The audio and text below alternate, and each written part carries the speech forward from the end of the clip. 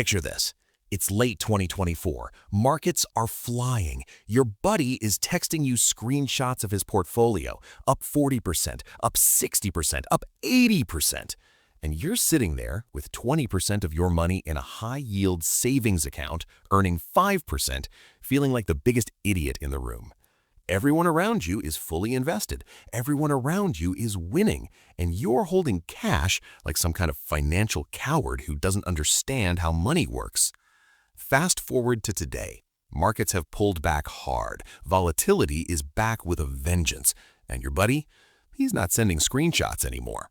But you're sitting on a pile of dry powder, and suddenly, you have options that almost nobody else has. That feeling? That's what this entire video is about. My name is Smith, and I spend way too much time thinking about cash management and market positioning. If you're someone who feels guilty every time the market goes up while you're holding cash, or if you've ever panic bought at the top because you were afraid of missing out, hit subscribe and give this video a thumbs up, because what I'm about to share with you could fundamentally change how you think about money. Here's the thing. We've been conditioned, almost programmed, to believe that cash is lazy money, dead money. Uninvested money is wasted money. The entire financial media complex runs on the assumption that you should always be fully deployed, always chasing returns, always in the market. And I get it. Historically, time in the market beats timing the market. I'm not disputing that. But here's what most people don't realize. That rule was written for people with a 30-year horizon and no intention of ever being strategic. It was not written for the intelligent, opportunity-aware investor who understands that cash isn't just a savings instrument, it's a weapon. Let me give you some context because I think this matters. According to J.P. Morgan Asset Management's 2025 Guide to the Markets, individual investors have a persistent habit of buying high and selling low, on average underperforming the S&P 500 by nearly 1.5% to 2% annually, simply due to behavioral mistakes. Not bad stock picks, not high fees, behavioral mistakes. Panic selling, FOMO buying, emotional decision-making at exactly the wrong moments. And the number one reason investors make those mistakes? They have no cash reserves when opportunity strikes. They're fully invested with no flexibility, no cushion, and no power to act when the market hands them a gift. That's the dry powder concept in a single paragraph. But let me build this out properly because the strategy goes much deeper than just keep some cash around. Now look, dry powder is a term that comes from literal warfare. In the 17th and 18th centuries, soldiers carried black powder for their muskets. If your powder got wet, your gun didn't fire. You were useless in battle. Keeping your powder dry meant staying ready, staying capable of acting when the moment came. Warren Buffett has been one of the most famous practitioners of this strategy for decades. Berkshire Hathaway famously held over $150 billion in cash and short-term treasuries heading into 2024, a number that made Wall Street analysts squirm. Why is he sitting on all that cash? Is he scared? Is he out of ideas? That was the commentary. And then, sure enough, Buffett deployed chunks of that capital at moments when valuations made sense, when deals emerged, when the market offered value. The man doesn't hold cash because he's afraid. He holds cash because he's patient. There's a profound difference. Here's what most people don't realize. Cash in the right environment isn't a drag on your portfolio, it's optionality. And optionality in finance and in life is one of the most undervalued assets on the planet. Let me walk you through the math of this because I love when people actually run the numbers instead of just vibing with financial philosophy. Say you have $100,000 to invest. Strategy A, you go fully invested on January 1st. Strategy B, you go 70% invested and hold 30%, $30,000, in a high-yield savings account or short-term treasury bills, earning somewhere around 4.5 to 5% for the year. At the end of 12 months, that $30,000 sitting in cash has earned you roughly $1,350 to $1,500. That's not nothing, but here's where it gets interesting. During that same year, imagine the market drops 20% in the spring. Your fully invested friend lost $20,000 on paper, and because he had no cash, he couldn't do anything but white-knuckle through it. You, on the other hand, deploy that $30,000 at the bottom of that correction. You're buying assets that were $100 6 months ago for $80. When the market recovers, and historically it always does, you haven't just broken even, you've outperformed significantly. Not because you're smarter, because you were liquid when liquidity was power. Now, you might be thinking, okay, Smith, but what if the market doesn't drop? What if I hold that 30% all year and miss a 25% bull run? And that's a fair objection, a genuinely fair one. Here's my answer. This strategy isn't about predicting crashes. It's not about market timing in the classic sense. It's about positioning yourself so that no matter what happens, you can respond intelligently rather than react emotionally. Think about poker for a second. The best poker players in the world don't win because they have the best cards every hand. They win because they manage their chips, their stack, intelligently enough that when the right moment comes, they can go big. If you bet everything on every hand, you're one bad beat away from being eliminated. The players who last longest, who win the most over time, are the ones who know when to be aggressive and when to protect their stack. Cash is your chip stack. Dry powder is your ability to go big when the odds are genuinely in your favor. This is where the psychology gets really important, and I want to spend some time here because I think this is the piece that most finance content completely ignores. In 2021, there was a study published that looked at investor behavior during high volatility periods. The finding was stark. Investors who had at least 15% of their portfolio in cash or cash equivalents during the March 2020 COVID crash were significantly less likely to sell their equity positions at the bottom than investors who were fully invested. Read that again. Just having some cash on the sideline made people less likely to panic sell. Why? Because having cash gives you psychological agency. When everything is on fire, you're not just a passenger watching your net worth evaporate. You have something you can act on. You have a decision to make rather than a loss to absorb. That cognitive shift from passive suffering to active decision-making changes everything about how your brain processes the stress of a market downturn. Here's the thing about the human brain. We are hardwired to respond to loss more intensely than equivalent gain. The psychological pain of losing $10,000 is roughly twice as powerful as the pleasure of gaining $10,000. This is called loss aversion, and it was documented by Kahneman and Tversky in research that literally won the Nobel Prize. Now, apply that to someone who is 100% invested and watching their portfolio drop 30%. Every single day they check their account, they're experiencing acute psychological pain. And in that state, the brain does not make good long-term decisions. It makes decisions designed to stop the pain immediately.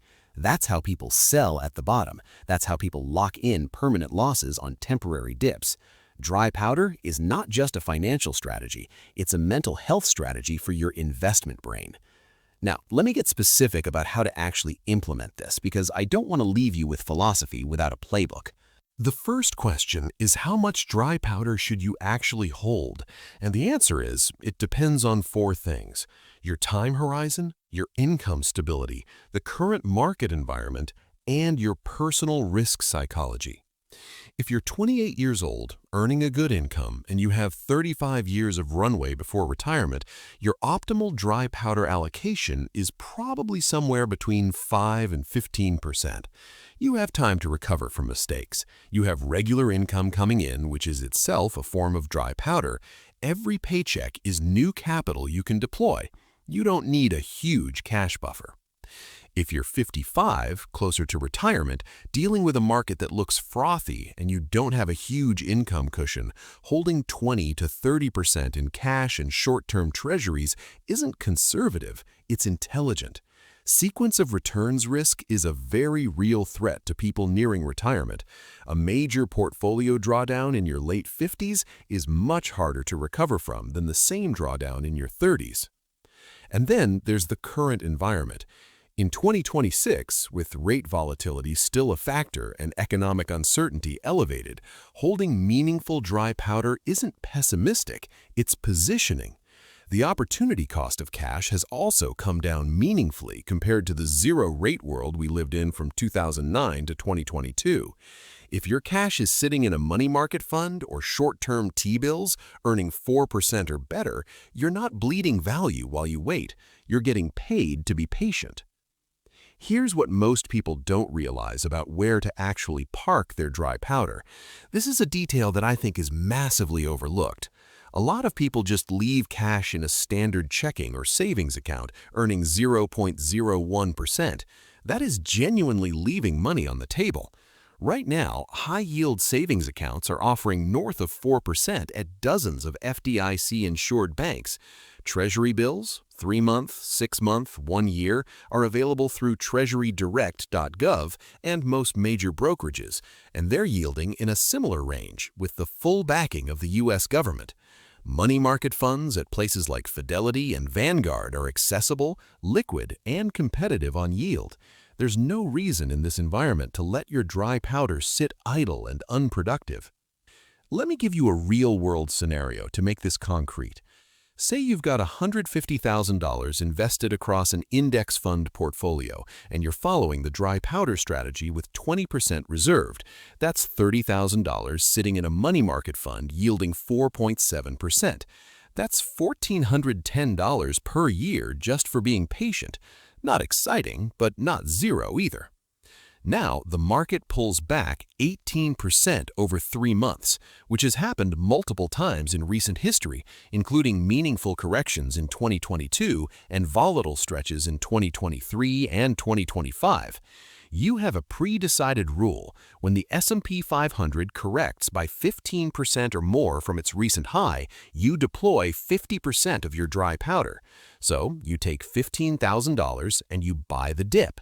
Your cost basis on that purchase is significantly lower than it would have been at the peak.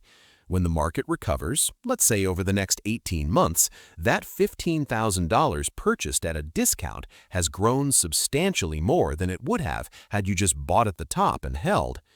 And here's the discipline part, and this is critical. You rebuild your dry powder allocation as the market recovers. You don't spend the powder and then stay fully invested forever. You systematically rebuild your reserves so you're ready for the next opportunity. This is where I see most people mess up the strategy. They deploy their dry powder beautifully at the bottom of a correction. They feel like a genius.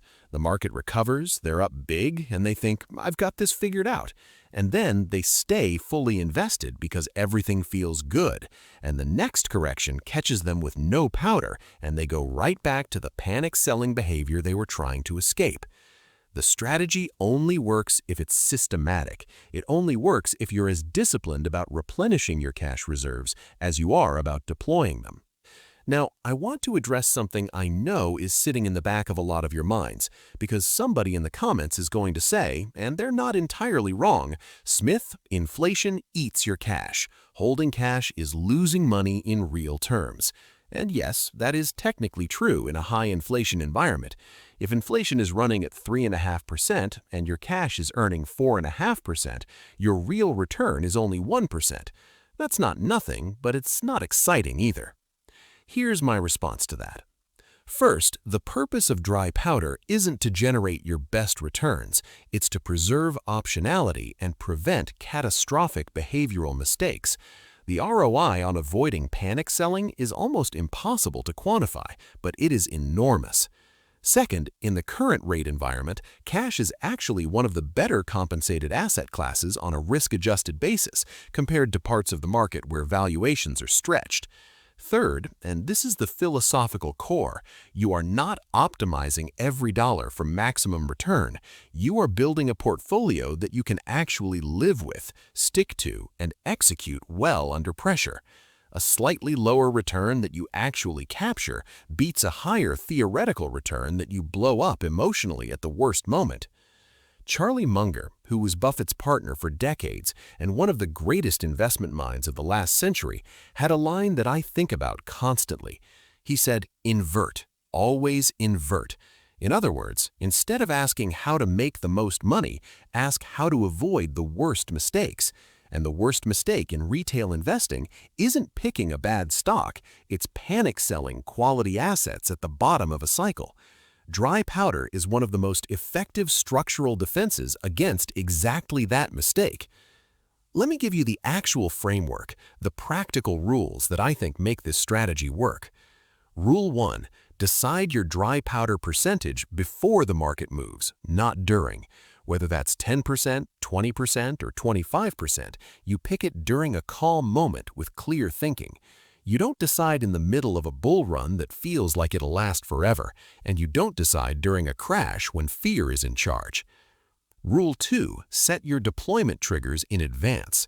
For example, I will deploy 40% of my dry powder if the market corrects 15% from its 24-week high. I will deploy another 40% if it corrects 25%. These are mechanical rules. They remove emotion from the equation at the exact moment emotion is most dangerous. Rule 3. Define your replenishment schedule. After deployment, you commit to rebuilding your dry powder allocation within a specific time frame, maybe 12 to 18 months of systematic contributions back to your reserve before you're considered back to target. Rule 4. Hold your dry powder in yield-generating instruments, not dead savings accounts. Every basis point of yield you earn while waiting is a bonus. Rule 5, and this is the hardest one, resist the urge to feel stupid when the market keeps going up while you're holding cash. This is the psychological tax you pay for the strategy. You will watch markets rise and feel like you're missing out. You will have friends making more money than you in the short term. The strategy is not designed to make you feel good in bull markets. It's designed to make you dangerous in bear markets and corrections. Keep that frame front of mind. Here's where I want to land this plane, because I think there's something bigger going on here beyond just the tactical financial advice. We live in a culture that pathologizes patience. Everything is instant. Everything is optimized. Every dollar has to be working its hardest every second. And that mindset, applied to investing, creates brittle portfolios and stressed-out investors who make their worst decisions at the worst times. The dry powder strategy is a deliberate act of countercultural patience. It's saying, I am not in a race with the market. I am not trying to squeeze every basis point out of every moment. I am building a financial life that is resilient, opportunistic, and sustainable over decades. The investors who build real, lasting wealth are rarely the ones who were the most aggressive. They're the ones who were the most prepared. The ones who had something left in the tank when everyone else was running on empty. The ones who, when the market handed them a gift, had the resources to unwrap it. You can be that investor. You don't need a finance degree. You don't need special access or inside information. You just need a clear strategy, the discipline to execute it, and the patience to let it work. Cash isn't cowardice. Dry powder isn't weakness. In the right hands, with the right mindset, it's one of the most powerful tools in the individual investor's toolkit. Keep your powder dry. Your future self will thank you for it. If this video gave you a new way to think about cash in your portfolio, please like and subscribe. It genuinely helps the channel.